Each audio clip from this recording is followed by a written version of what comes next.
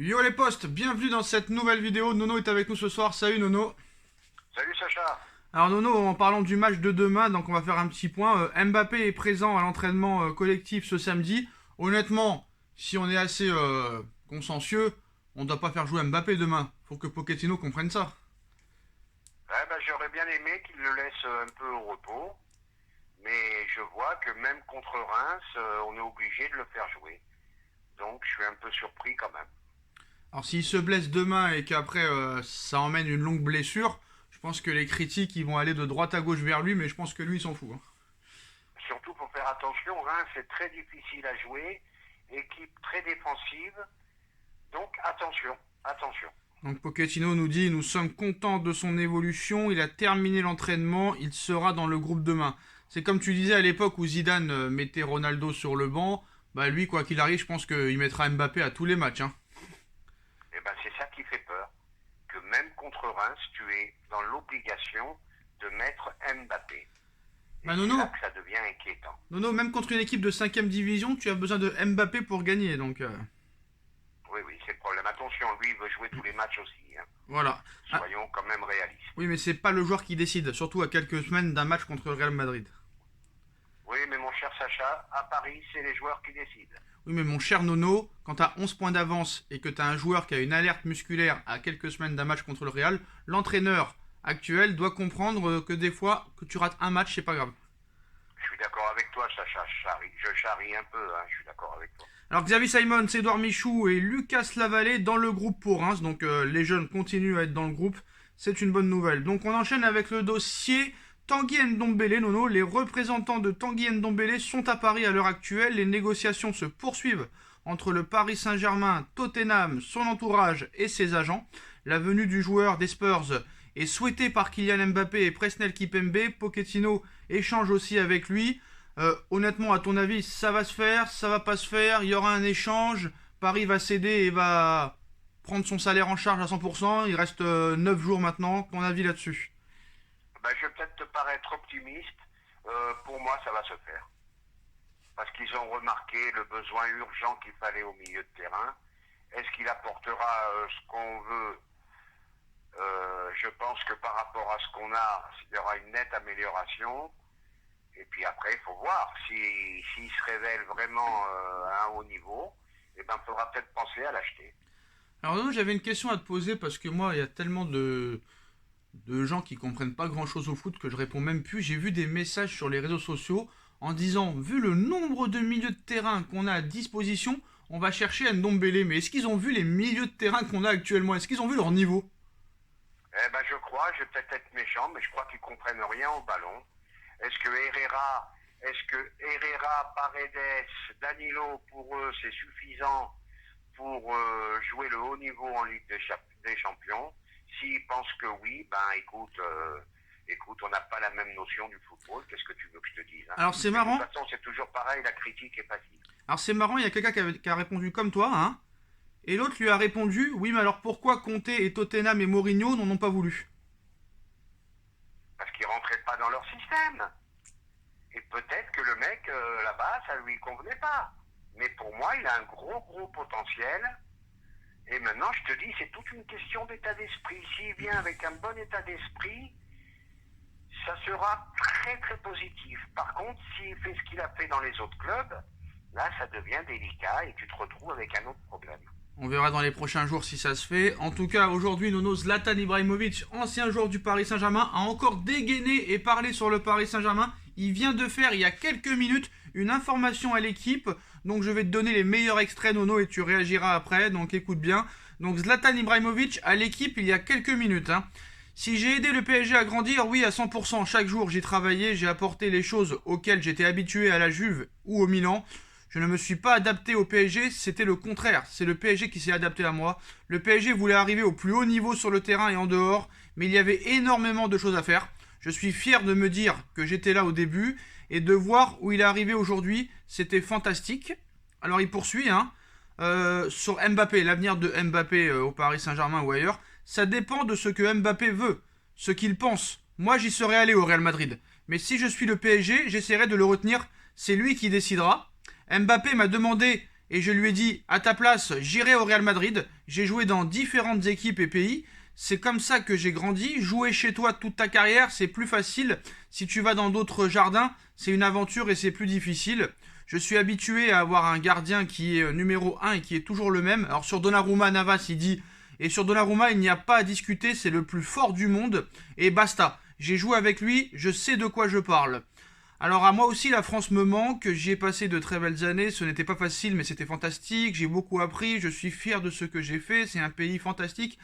Et Paris est une ville incroyable. Pourtant, il avait dit le contraire après un match où il était énervé, tu te rappelles, hein. Donc Oui. voilà les premiers extraits un petit peu. Alors sur Mbappé, sur Donnarumma, Navas, sur ce qu'il a apporté au PSG, qu'est-ce que tu penses un petit peu de la globalité de cette interview? Bon, c'est vrai qu'il a apporté un professionnalisme au PSG vraiment très très important.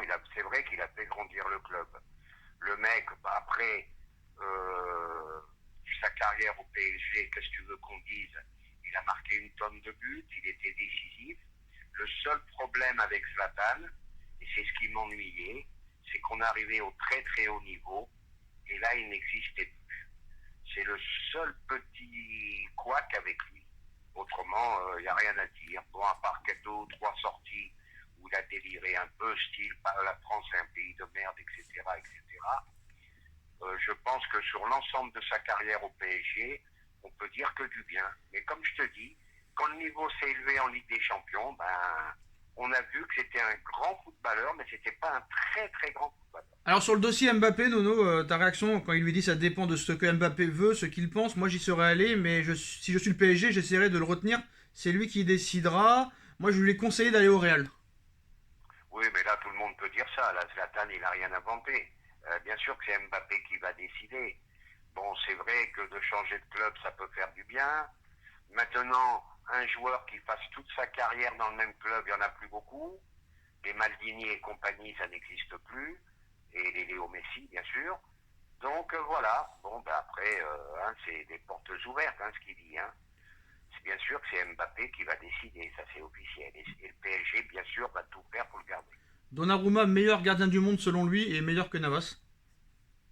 Alors, à l'instant T, je les mets à égalité, mais je pense que dans les prochaines années, je pense que c'est le gardien en plus fort potentiel, et je pense que ça sera le gardien numéro 1 dans le monde. Alors Nono, on t'entend pas très bien. On a entendu, mais on t'entend pas très bien. Essaye de rapprocher l'oreille du téléphone.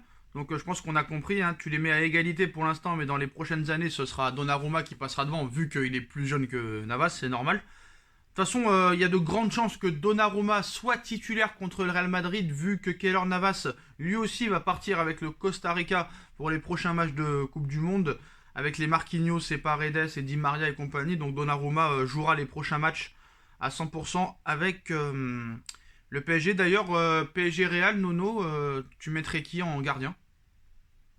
Là, c'est vraiment le sujet qui m'embête le plus, parce que Navas nous a sauvés tellement de fois que c'est vraiment très très difficile. Et puis bon, écoute, il y a un choix à faire, et je mets Donnarumma. Tu mettrais Donnarumma? Ah oui, oui. Pour quelle raison? Il a une ceinture, il a vraiment un côté impressionnant que n'a pas Navas, malgré toutes ses qualités.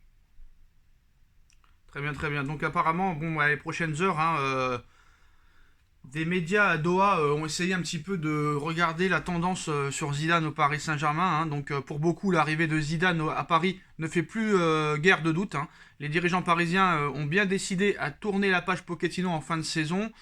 Ils ont en effet fait de Zidane leur priorité absolue, et l'intérêt du club de la capitale ne laisserait pas insensible l'ancien meneur de jeu. Les échanges entre les deux parties sont toujours d'actualité.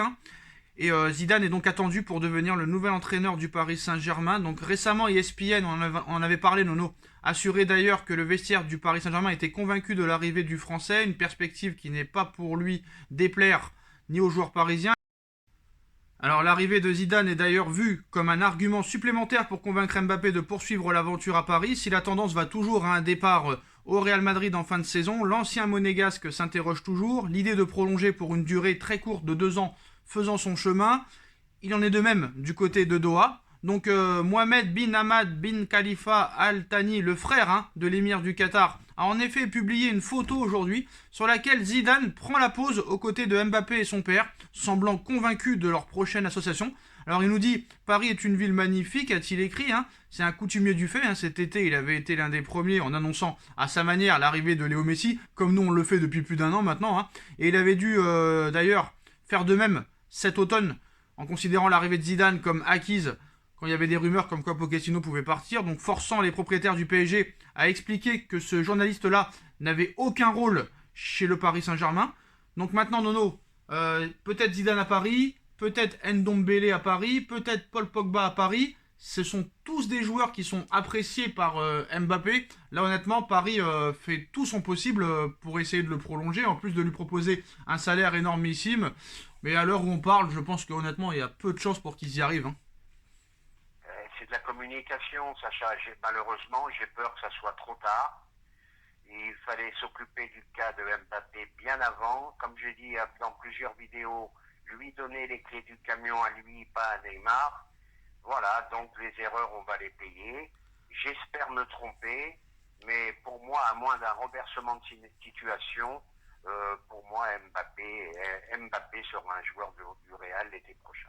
Alors non, on va finir sur une petite chose qui vient d'Espagne. Alors on connaît un petit peu les Espagnols, hein. Ils exagèrent toujours un petit peu. Aujourd'hui, il y a eu une petite déclaration d'un média espagnol sur El Chiguirinto TV qui disait que la relation Mbappé-Messi était inexistante. Alors on se rappelle au début, hein, qu'au début de l'arrivée de Messi, il y avait une photo dans le vestiaire entre Mbappé, Neymar et Messi, hein, genre le trio magique. Donc tout le monde disait que tout le monde s'entendait bien. D'ailleurs, Mbappé disait à l'équipe il y a quelques mois « Je savoure chaque instant à côté de lui, il ne faut jamais oublier que ça reste un privilège. C'est quelqu'un qui aime le foot, il parle avec tout le monde, il essaie de s'intégrer à sa manière même s'il est un peu timide. Mais sur le terrain, il n'est pas timide. » C'était réjoui Kylian Mbappé au mois de septembre. Mais apparemment, en Espagne, hier, on développe une théorie très différente sur la relation entre Mbappé et Messi. Présent ce vendredi soir sur le plateau d'El Chiguirinto TV, Eduardo Inda, le directeur d'Oca Dario, nous parle d'une relation entre les deux stars qui serait inexistante en interne, et ce malgré les efforts effectués par Neymar. Donc ce média nous dit « Ce qu'il dit sur Messi en début de saison est un mensonge. Il en a marre de Messi, et l'autre jour, quand ils ont fait cette photo qu'ils ont prise ensemble, ça a été demandé par Neymar sur instruction de la direction du club. Il ne lui passe jamais le ballon et ils ne s'entendent pas bien, assure le directeur d'Oca Dario. » Alors est-ce que c'est encore une manière de mettre une pression et de faire du mal au PSG avant ce match contre le Real Madrid? Eh ben, on ne doit pas voir les mêmes choses, mais les médias espagnols, faut arrêter, ça devient gavant. Moi, je trouve qu'ils se cherchent beaucoup sur le terrain. Rappelle-toi du but merveilleux de Messi contre Manchester City. Rappelle-toi comment Mbappé accourt pour le féliciter. Bon, c'est des conneries des journaux espagnols. Ils n'arrêtent pas, il faut qu'ils vendent. Alors un jour Messi s'entend pas, un jour Neymar veut partir, un jour Mbappé c'est sûr, un jour si Mbappé vient pas, il ira plus jamais au Real. Les médias espagnols n'y croient pas trop. Tu sais pourquoi il dit ça, Nono? Surtout parce qu'il sait que voilà, Mbappé est plus proche que jamais du Real Madrid, mais en plus de ça, comme Messi n'a pas beaucoup joué avec Paris, hein, c'est sûr que la relation elle est compliquée. Si tu joues pas beaucoup, c'est sûr que voilà, il se sert de ça, et puis voilà, c'est tout. Ouais, mais moi je vais lui dire qu'il regarde bien là bientôt. Je pense qu'on va retrouver du très bon Messi, moi. Je sais pas pourquoi, mais je le sens. On verra déjà demain. Du grand Messi. On verra demain. En tout cas, Nono, merci d'avoir été présent pour cette vidéo. Demain, match du Real, match du PSG, donc il y aura beaucoup à dire, les postos. On remercie Nono, on like, on partage, on commente, on s'abonne, et on se retrouve très vite pour une nouvelle vidéo, les postos. Tchuss. Salut Sacha.